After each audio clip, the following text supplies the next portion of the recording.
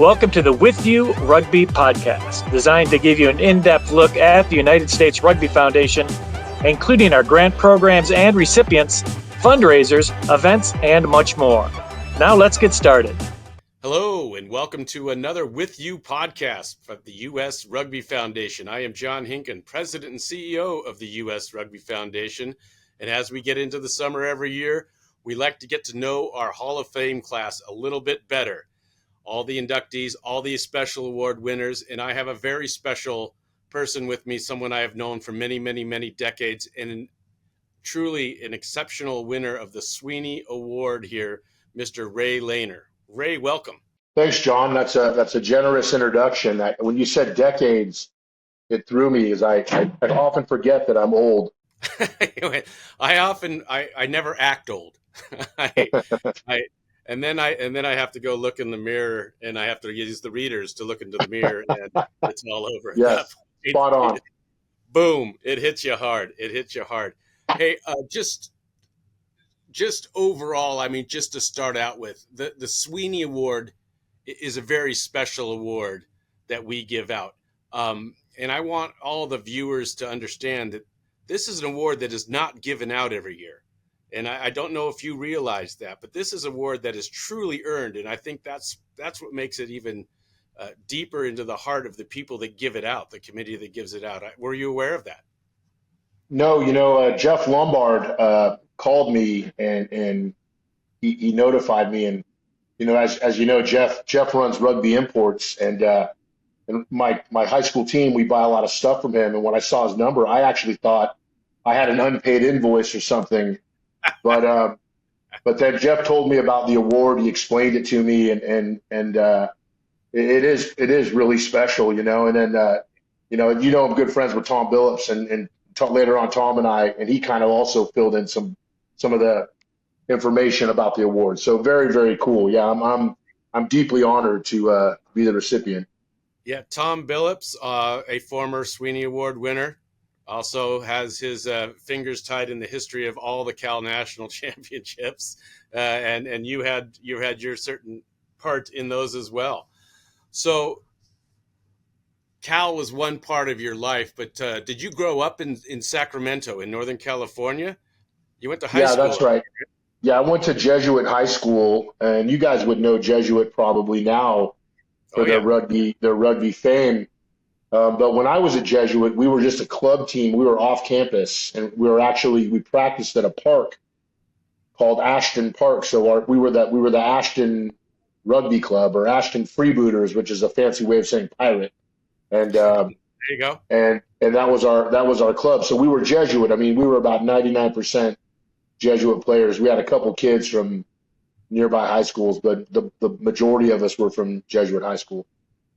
And how did that come about? Did you play all sports growing up and then just kind of fell into rugby, or did someone drag you out? Yeah, that's a good question. So, I lived in another part of Sacramento, well, sort of a few miles away from Jesuit, by another high school named Del Campo.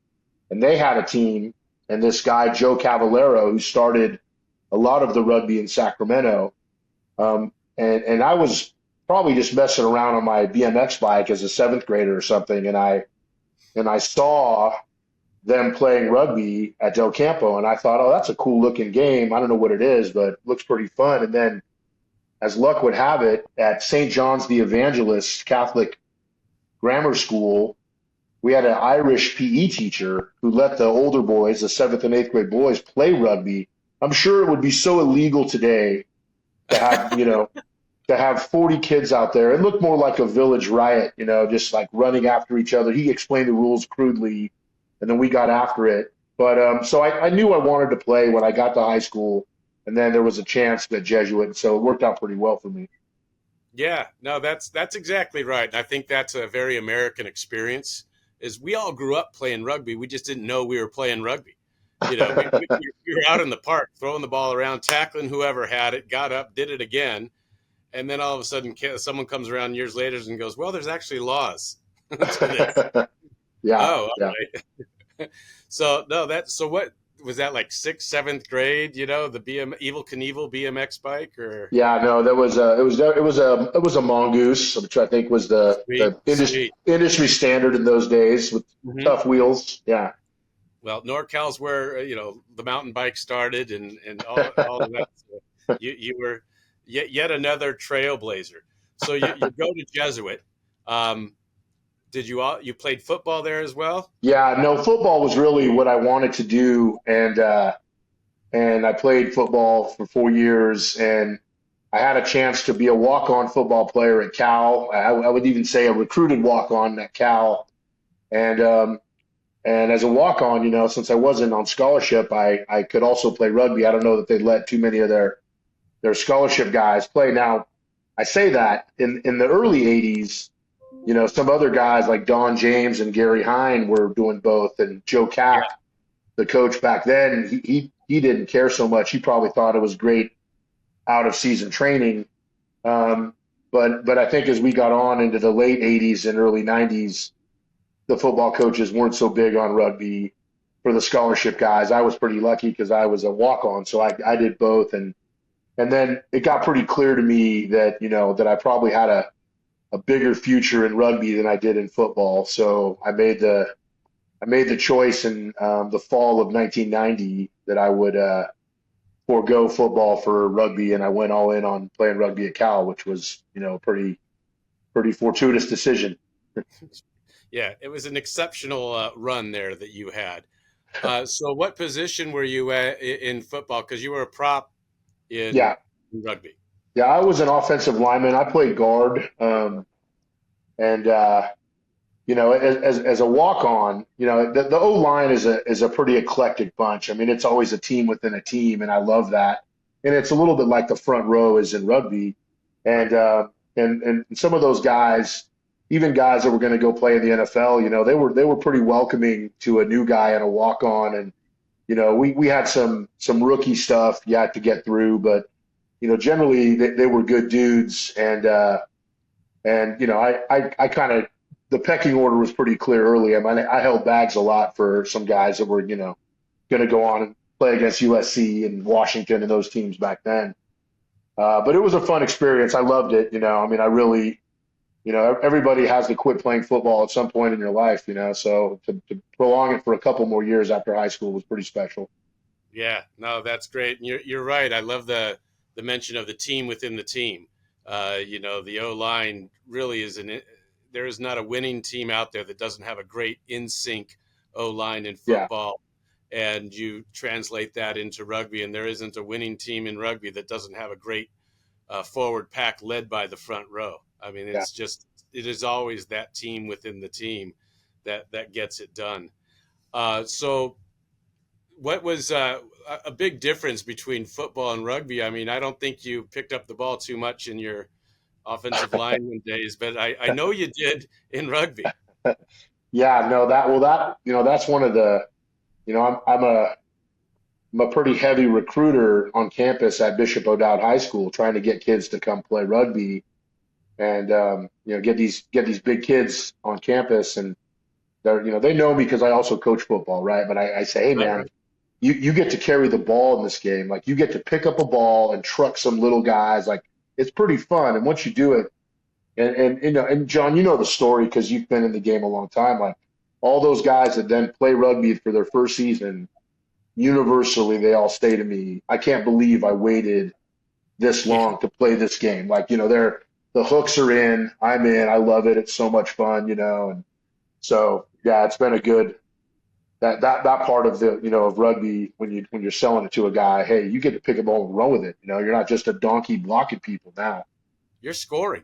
You Yeah, can yeah, score. That's huge.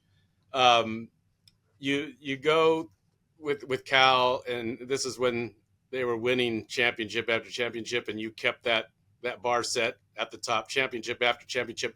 Did Coach Clark recruit you at all? Did he know about you as a rugby guy that came to play football?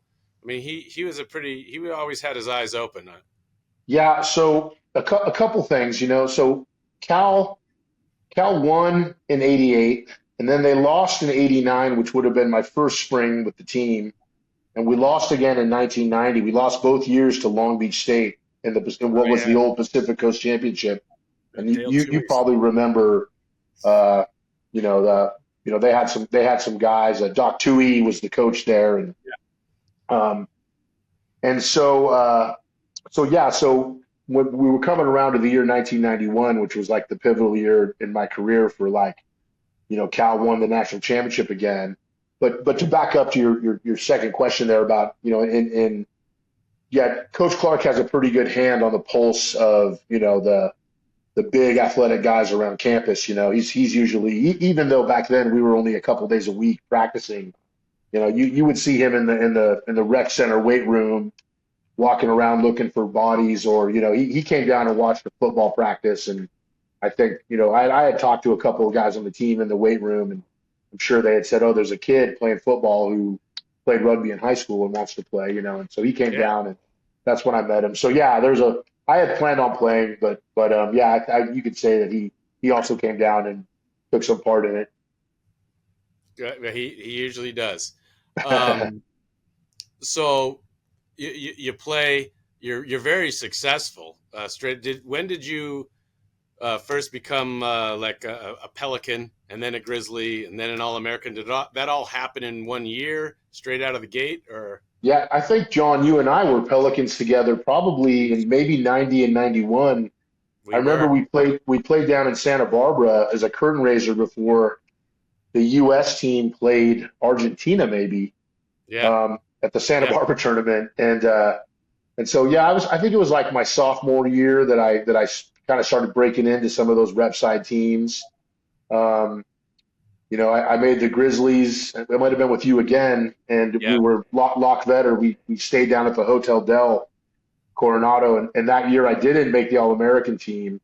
And that was a setback for my goals, but I was still pretty young, and I knew I had some work still to do. So that was the beginning of that kind of rep side stuff. Yeah. I think the next year was in Boston. That's right. Yeah. How about that for pulling it out from the Wayback Machine? No, great. Obviously, your trajectory was going like this, and so that next year, well, maybe the Boston year, you were an All-American then. Yeah. So we would have won the national championship in 1991 in May. That was in Houston with Cal, and then a bunch of us got selected for the Grizzlies. And we played in we called it the ITTs, right? The Collegiate Territorial Championships. And that was in Boston. And then, it's funny, John, they just elected a new pope. And I always used to liken the selecting of the All-American team to the same thing. Like in San Diego that year, all the selectors went in this room in some kind of, shabby motel, and all the teams sat around the pool for like 2 hours waiting. And then they'd come out and say, okay, they read a list of these 30 guys are going to Canada, the rest of you are going home. And it was kind of like that in Boston as well, and you'd be sitting there waiting to see the white smoke come from the Vatican that they've picked the team. Yeah. No, that's a great analogy. That is hilarious. And it is, and you just don't know what to do. You're just sort of looking at each other. And again, I mean, it wasn't, there's a lot of comparing, Generation X with. There was it wasn't very delicate. There wasn't like a, hey man, you did great, try hard next year. It was just you guys are going to stay in Boston and you other guys are going home. That's it, guys. It was pretty blunt. Yeah, the feedback wasn't like here's what you need to work on. We'd love to. Yeah. Yes, indeed. It was get yourself a taxi. Uber's not invented yet. Yeah, that's right. So did you go you went to Oxford after that? I mean, every prop I've known says they're the smartest guy on the field, and you then go from Berkeley to Oxford, and so you are that argument that you're the smartest guy on the field. Well, yeah, I always say not bad for a kid from Sacramento, but we actually, the few years in between, I finished at Cal. Bill Leversey, who was in the Hall of Fame class, got me and a couple other guys dialed in to go play a season in South Africa. We did that. Yeah. But yeah, I got on the Oxford radar about early 1997, and then yeah, that was a great experience too, and landed on my feet there and got on a course and met some amazing guys, and really, really a pretty fun experience. Now again, two of my good friends, Don James and Gary Hine, both had done the Oxford track from Cal, so Yes. I had a little bit of a loose understanding of kind of what that looked like and what it was. But yeah, that was a great experience, and a few other American guys and Cal guys have been able to go do it. Right. Yeah, so But yeah, I mean, you mentioned DJ and Hitman both doing it not too far ahead of you, actually, as far as yeah, no, years go. So that's a great way to ask them, what is this? So you played at Oxford. Did you get into a varsity match at all? yeah, no. So that was pretty special. I actually got to play in four of them. Oh, I wow. yeah, that was a great experience, and Tell they tell the fans about what that is. I mean, I'm yeah, not okay. sure if people So understand what so that means. at Oxford and Cambridge University, think about like Cal and Stanford, or Right. Ohio State and Michigan. It's Right. this massive rivalry, and basically you're awarded what's called a blue. And so think about like a varsity letter, but you only get a blue if you play for Oxford against Cambridge. And it used to be, I think in the first year I was there, it used to be in only 5 sports. It was like rugby, rowing, Rowing. cricket, boxing, and what they call track and field athletics. And then they added um, soccer later. But yeah, I mean, it was a very like tight little um, group of sports that you could do it. And now I think they've opened it up, so there's lots of sports you can earn a blue for. But it's the match against Cambridge, or it's the boat race against Cambridge, that is the big calendar event that you gotta make the team for. And as they always talk about rivalry games, you can lose. You can be 0-10 as long as you win that game. The season was a success. And it's a little bit of that over there. So And they sell the stadiums out now. Where did you guys play yeah, your so I was pretty event? fortunate again. That a theme of my career. I was pretty blessed in that we played our matches at Twickenham, which is the national Yeah. stadium in England, and it was pretty full. I look at the pictures, um, and sometimes I'll get out the thing and I'll be telling some of my students about it. I'll show them some photos, and when I see the pictures, I'm like, yeah, it was a pretty full stadium. We did a good job to. I don't know that we were capacity, but we were definitely 60,000 people strong. So um, Just 60. yeah. Well, I think the stadium holds 80, so it was pretty full. Right. So do you actually put your head on that famous Gary Hines shot and say, "See, this was me"? It's funny to talk to teenagers, because I call it a show and tell, and I'll tell them about the history of the game, and then I'll show them some pictures, and some classes, some years they're like, wow, this is so cool, Mr. Lehner. And other classes they're like, when is this going to be over? Like, it's like old time stuff, So I guess it Right. depends. That's great. So your Oxford, your Cal, you had a club career also in the United States, and then we'll get to your international Eagle career as well.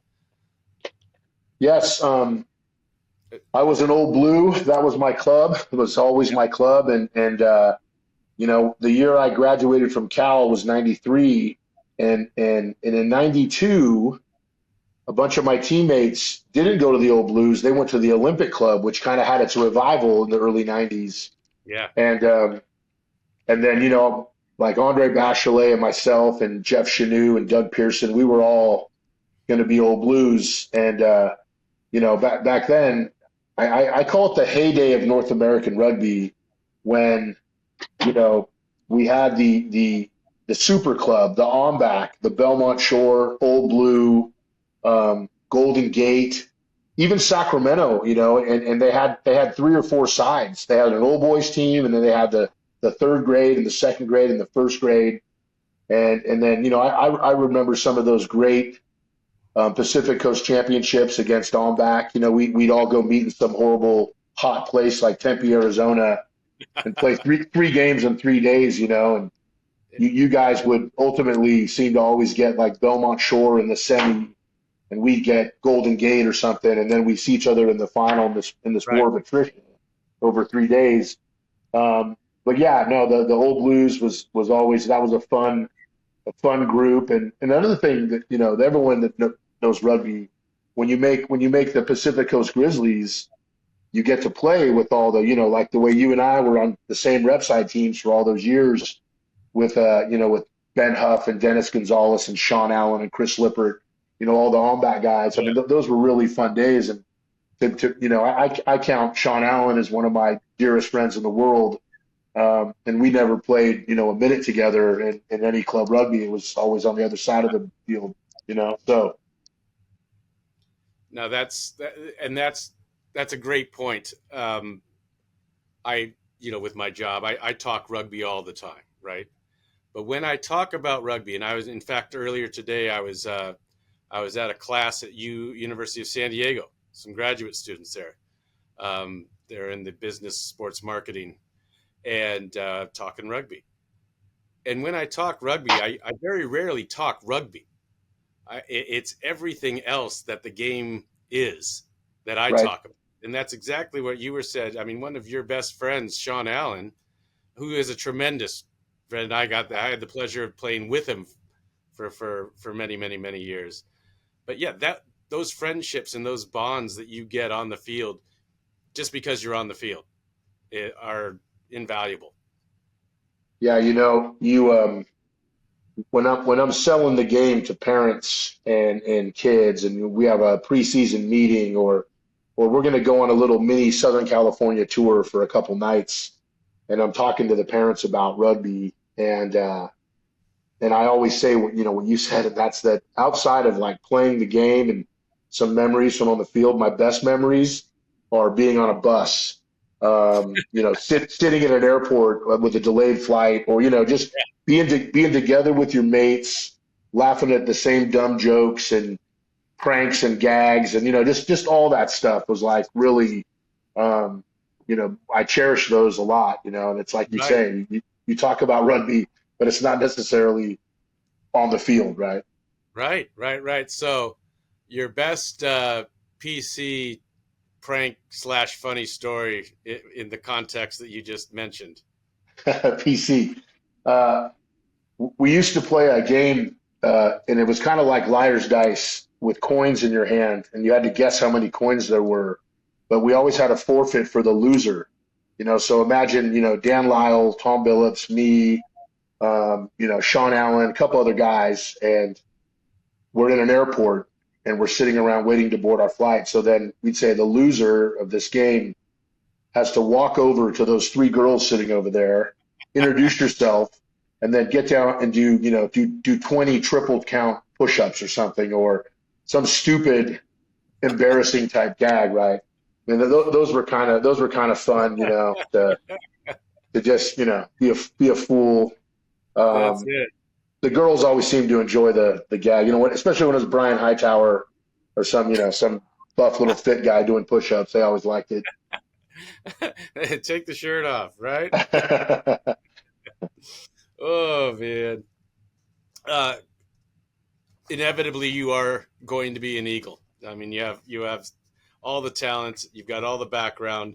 You started in '95, 15-14 over Canada.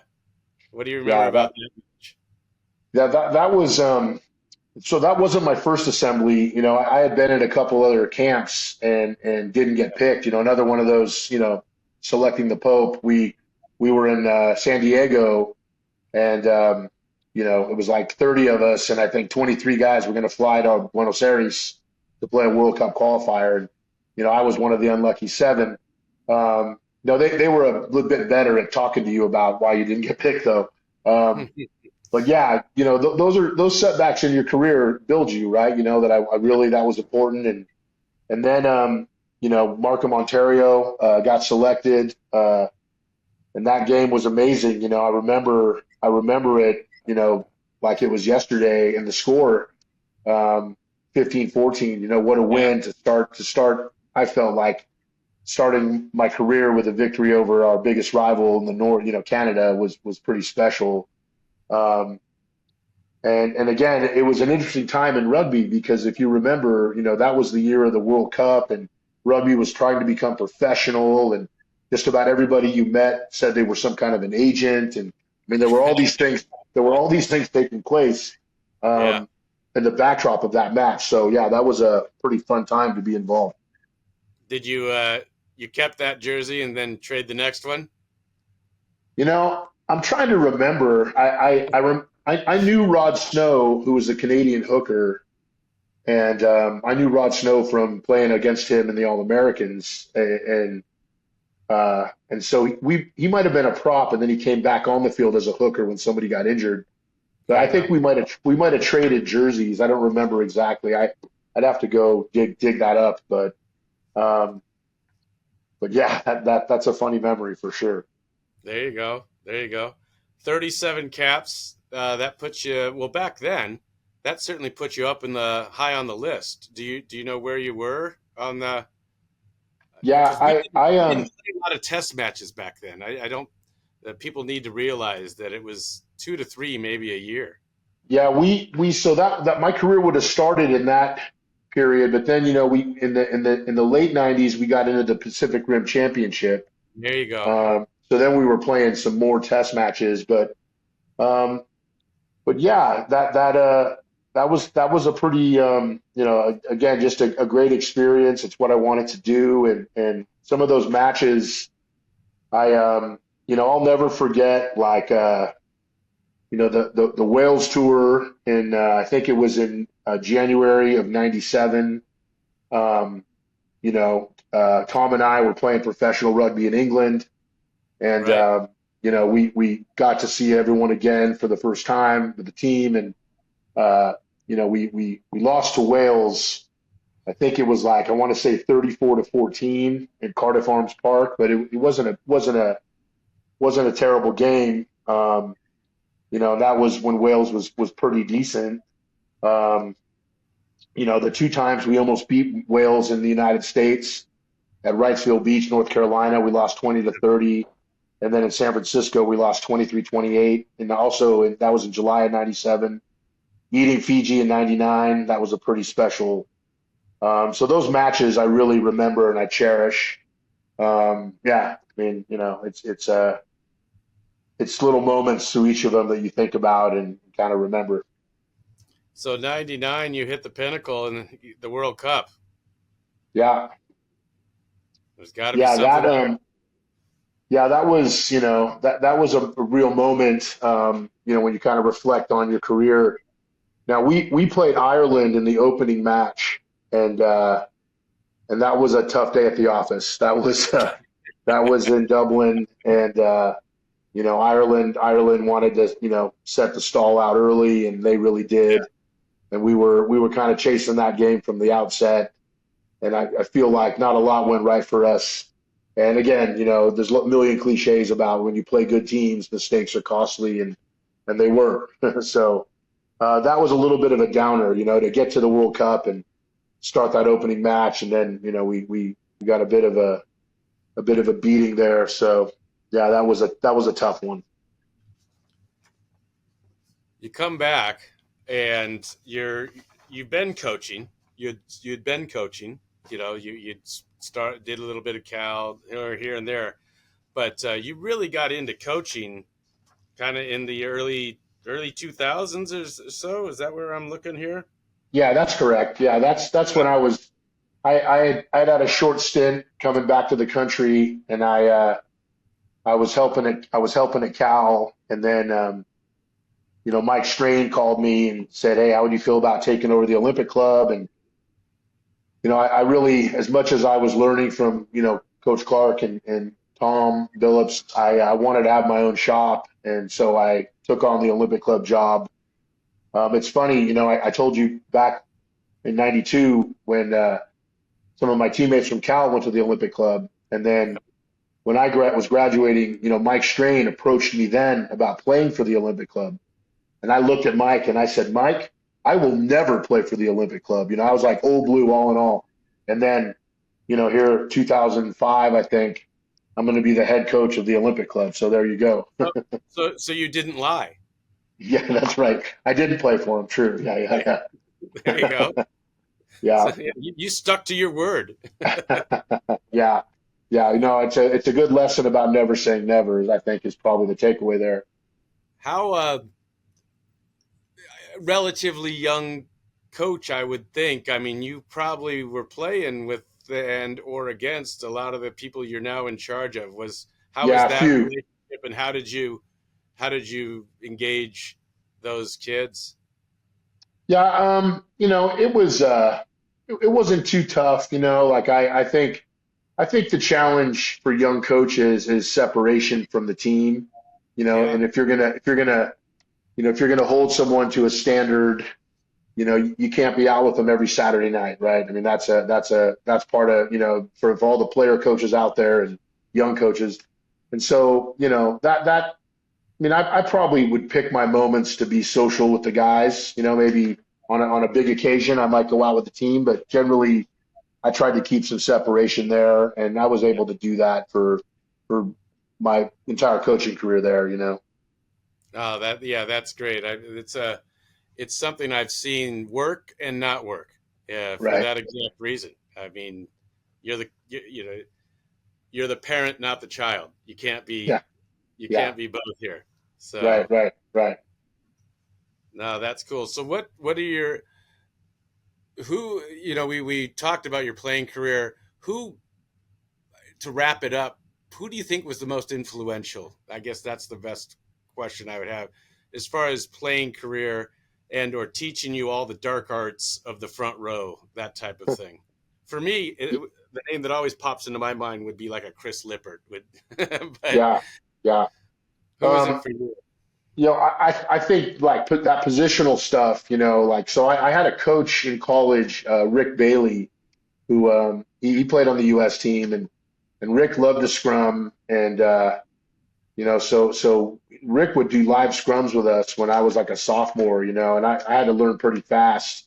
So he was definitely a mentor, and I would say, like Don James, I learned a lot from DJ as a prop.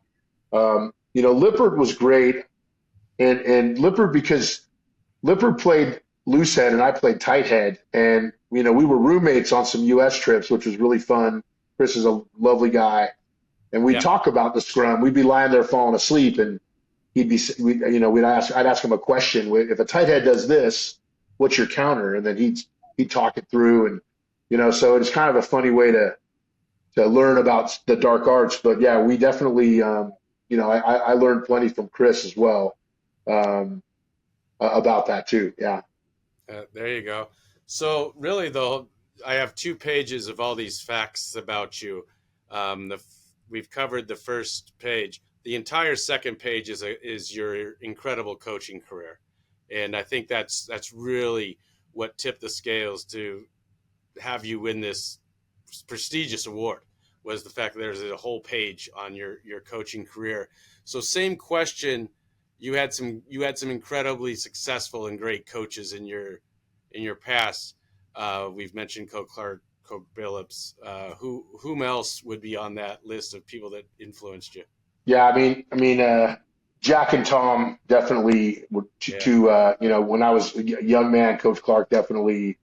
And as an adult, Tom and I get to like talk to each other a couple times a week, and I'm always learning a lot from Tom about things, and it's a great, he's a great resource to throw a problem at sometimes.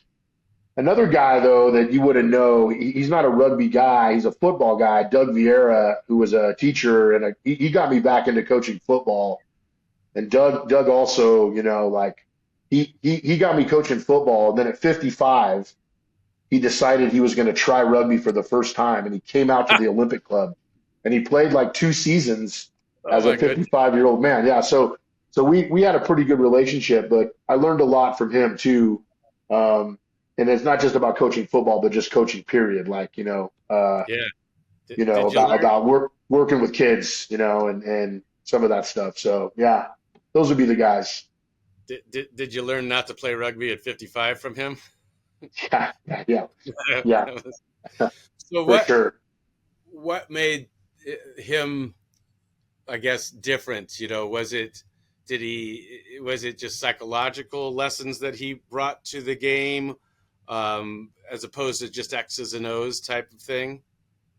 Yeah, I mean, I think like a demeanor with the kids. That he's a pretty positive guy.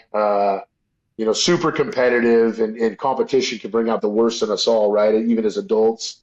Yeah. Um, uh, but the way his interaction with the young athletes always impressed me, and I I also when I coached for him or he coached for me, uh, our relationship was always very good, and I liked, he worked for me for a couple years coaching rugby, and just loved that I could give him a task and he'd go do it. Like he was really like a sponge to learn, um, and just love, like love the game was his thing.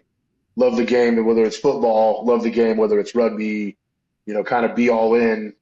And Yeah. I really like that. I really think that's a pretty special philosophy about your approach to playing a sport. Yeah. And again, I think it's obvious through this chat. I think you're a very cerebral person. You think about situations and you try to get the best out of it. You've coached boys at many different levels. You also coached girls. What would be a difference there in your approach? Yeah, that's a great question, John. I recommend that everybody coach girls because it's the most enjoyable. You look at a teenage girl about rugby and you tell her, you show her how to lift in the line out, and then you demonstrate it and then have her do it, and she'll do exactly what you told her to do. Whereas when you're coaching teenage boys, sometimes, some kid that's had like 3 practices under his belt, he already knows. Like, you can't they know everything already. You're teaching girls how to pass. They do everything you tell them to do exactly as you do it. But the boys, they always have a better idea, or, this is more comfortable, or. So it's a little funny, I guess it's a men are from Mars, women are from Venus thing, but coaching women is very, very rewarding. The girls are extremely coachable. And one of the things I loved about high school girls, high school rugby, was the physical confidence they get from tackling. Like Yeah. when all those girls can make tackles and they're doing it in games, they walk a little bit taller. Like they're suddenly, just they don't get physicality in some of their other sports.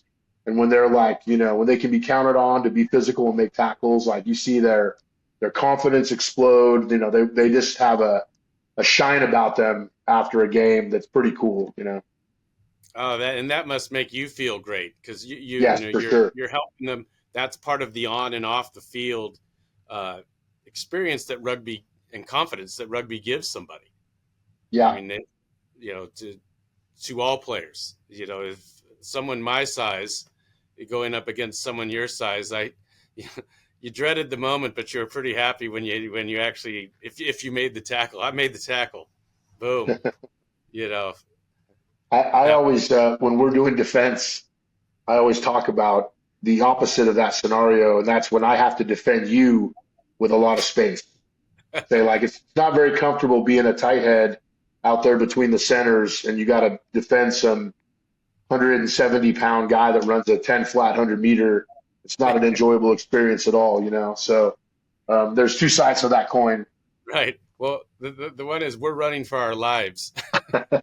It's a difference between the predator and the prey. Right. The prey has it all in. Yes. So what were some of your most beloved memories from coaching? Would it be, one particular kid that really turned things around? Was it a championship? A couple of those types of situations I'm sure have happened. Yeah, no, again, my goal was always with the high school program at Bishop O'Dowd was always to expose as many kids as I could to this game that we love. I always I stole it from a commercial, but on the school announcements they say now rugby, the sport they play in heaven, and Yeah. and I always talk about it like that, and just to get more kids playing, um, and 1 year O'Dowd won would have been our division championship. I think it was in 2015, and we just had a very special group of kids that year. And sometimes your rugby team has a little bit of, island of misfit toys, right? You always have a little bit of that. And so I had this kid, he was a flanker, Sam Deck, and very inspiring to me. He had congenital club feet. And when you watched him run, it made you, it like made you wince. It just looked so awful and uncomfortable. But he was the toughest, roughest kid. I mean, he tackled. I mean, he did everything on a rugby field. He just did it in a very kind of awkward way. Yeah. And so, he ended up, being our captain that year, and we won the championship. And it was just a really lovely story for a kid who was born with a pretty significant athletic disability. He didn't really know what you were talking about. If you said it to him, it's like, oh, what? I can, he just got on with it. And I really appreciated that.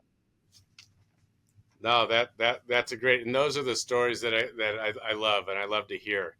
There's, every year someone does win a championship, but not every year does someone overcome disability.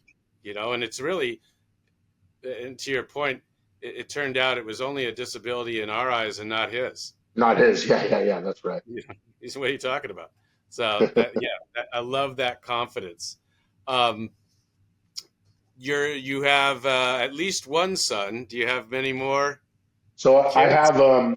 I have three kids. I have my one son, OC, who's 16, and then I have twins that are 11. So my wife and I got a little bit of a late start. I know you're all thinking that. I'm in the same boat, my friend. So they all play rugby for the La Marinda Rugby Club, and they're absolutely mad for it. They really enjoy it. Although they all played football, though the twins told me this year they don't want to play football this coming fall, which is a little bit sad for me. One of them is now playing AAU basketball, which I'm going to hold judgment on for the moment. It's a lot. And then the other one has dabbled in some wrestling. He's still doing sevens rugby. We'll see where he lands. He's a very good chess player, and he's my most cerebral son, so that might be his thing. We'll see. There you go. So the twins are boys. Yes. Oh, sorry, I didn't say that. Yes, they're boys. Yeah. That's all right. Yeah, we had our house remodeled during COVID, and my wife, we put a urinal in the boys' bathroom. As you do. Because we have three boys. And somehow there's still piss on the floor. I don't know how that works, but is that not PC? That's PC. I have a 13-year-old son, and dude, come on. Yeah, got to work on your aim. Right. You got to put the little target down there. So did they naturally get attracted to rugby, or was there any influence on your side, or do you let them play whatever they want? And rugby, obviously being part of your life, was one of the things they got to try. A little bit of all of the above. I mean, they've lived on sidelines their whole life. All my kids, they grew up on sidelines, football and rugby. So I think they wanted to play, and luckily, I know that's similar in Southern California. We have great clubs that have under 8. I mean, I think the twins started playing under 8 rugby when they were 5. Yeah. And I think it's got to pay off at some point. All these kids learning rugby at such a young age, So that part's been really good, and they're keen on it. They really enjoy it, and I'm sure our club's great. The coaches are great. The teammates are great. It's all a positive experience, which my wife and I like. Is your wife athletic, or is she? Yeah. She played netball. He says she's athletic. I think my kids get all their good athletic ability from my wife. There you go. She played netball in England, which is like Commonwealth women's basketball. Yeah, Um, if you've ever seen it, it's I have. yeah. So she played that, growing up and in college, and so she comes from an athletic pedigree as well. Oh, excellent, excellent, excellent. So you're actually at we're calling, we're having this conversation from another football camp. You know, the Yeah. coach is always going to be in the blood with you. Is that how long do you see yourself doing this? So yeah, I do love it. We're in Provo at the BYU football camp, and as a coach, one of the things that I feel it's cheesy whenever I say this because I feel like it's such a cliche, but being a lifelong learner, um, I'm here walking around with a little book, taking notes, watching. My son plays linebacker and running back, but I'm over with the O line because that's what I coach, and I'm watching the big guys do their drills, and I'm filling up pages of notes and taking pictures, and um, so it's pretty fun. And I imagine, I'll continue to coach and until I don't enjoy it anymore, but I do enjoy it. I mean, sometimes there are things that, we have days that probably aren't our happiest. There's challenges out there, but for the most part, it's been a very positive experience. Yeah, I mean, your profession is as a teacher, and Yeah. coaching, you're always a teacher. And so I think you just took your loves, and it's dovetailed into the sports as well. So that's, I mean, again, you've mentioned the word blessed a few times.